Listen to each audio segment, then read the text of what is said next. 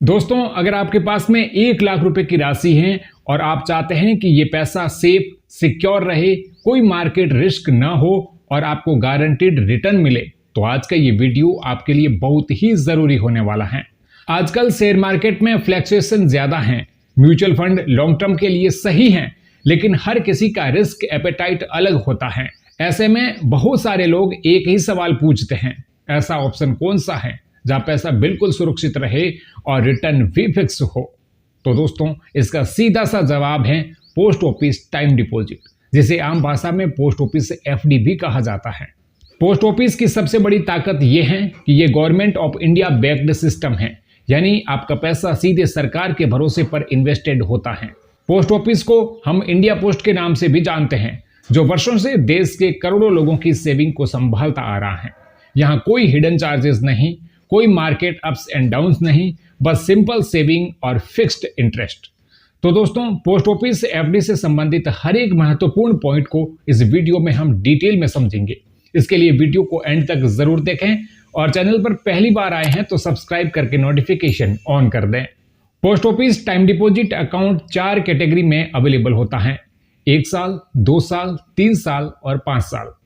इस अकाउंट को आप मिनिमम 1000 रुपए से ओपन कर सकते हैं और 100 के मल्टीपल में आप जितना चाहे उतना निवेश कर सकते हैं, कोई मैक्सिमम लिमिट नहीं है।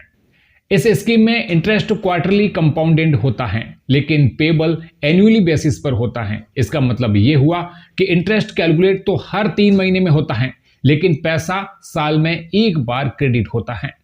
अगर आप चाहे तो ये ईयरली इंटरेस्ट सीधे आपके पोस्ट ऑफिस सेविंग अकाउंट या बैंक अकाउंट में क्रेडिट कराया जा सकता है, बस ओपनिंग के टाइम रिटर्न मैंडेट देना होता है। एक और इंपॉर्टेंट बात, अगर इंटरेस्ट ड्यू हो चुका है और आपने उसे विड्रॉल नहीं किया तो उस इंटरेस्ट पर एक्स्ट्रा इंटरेस्ट नहीं मिलता। इसलिए बेटर है कि इंटरेस्ट एनुअली रिसीव करें या री इन्वेस्ट स्ट्रेटजी को फॉलो करें। अब बात करते हैं टैक्स बेनिफिट की, जो कई लोगों के लिए बहुत बड़ा प्लस पॉइंट है। पोस्ट ऑफिस की 5 साल की टाइम डिपॉजिट स्कीम में किया गया इन्वेस्टमेंट इनकम टैक्स एक्ट 1961 के सेक्शन 80C के तहत एलिजिबल होता है, यानी 1.5 लाख रुपए तक की अमाउंट पर आप टैक्स सेविंग का बेनिफिट ले सकते हैं। हाँ, इंटरेस्ट इनकम टैक्सेबल होती है, ये बात हमेशा ध्यान रखें। दोस्तों, अब आते हैं उस सवाल पर जिसके लिए आप ये वीडियो देख रहे हैं। पोस्ट ऑफिस में 1 लाख की एफडी करवाने पर अलग अलग ड्यूरेशन के बाद में कितना पैसा मिलेगा। सबसे पहले 1 ईयर टाइम डिपॉजिट की बात करते हैं। इस पर करंट इंटरेस्ट रेट है 6.9% पर एनम।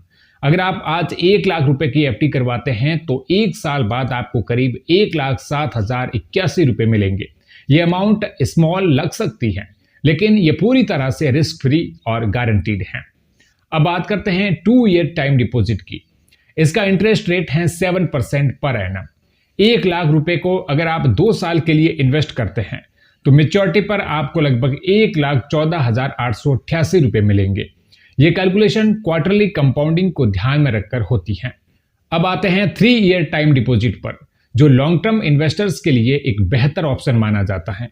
इस पर इंटरेस्ट रेट है 7.1% पर एनम। अगर 1 लाख रुपए को आप 3 साल के लिए लॉक करते हैं तो मेच्योरिटी अमाउंट 1,23,508 रुपए हो जाएगा। ये ऑप्शन उन लोगों के लिए बढ़िया है जो बच्चों की एजुकेशन या किसी फ्यूचर गोल के लिए सिक्योर सेविंग करना चाहते हैं। और अब बात करते हैं सबसे पॉपुलर ऑप्शन की, 5 ईयर टाइम डिपॉजिट। इसका इंटरेस्ट रेट है 7.5% पर एनम, जो पोस्ट ऑफिस की एफडी स्कीम्स में सबसे ज्यादा है।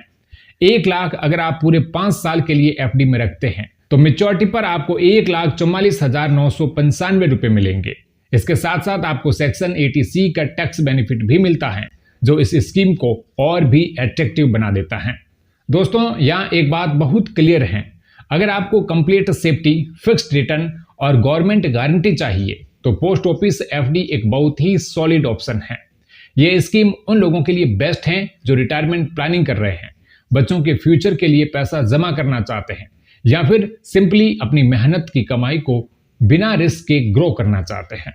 हाँ, अगर आप हाई रिटर्न चाहते हैं और रिस्क लेने के लिए तैयार हैं तो मार्केट ऑप्शंस अलग हैं, लेकिन अगर आपकी प्रायोरिटी पीस ऑफ माइंड है तो पोस्ट ऑफिस टाइम डिपॉजिट से बेहतर ऑप्शन बहुत कम मिलते हैं।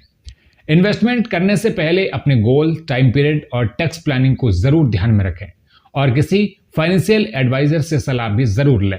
अगर आपको ये वीडियो यूजफुल लगी है तो इसे लाइक और शेयर करें और ऐसे ही फाइनेंशियल इंफॉर्मेशन पाने के लिए सब्सक्राइब करें।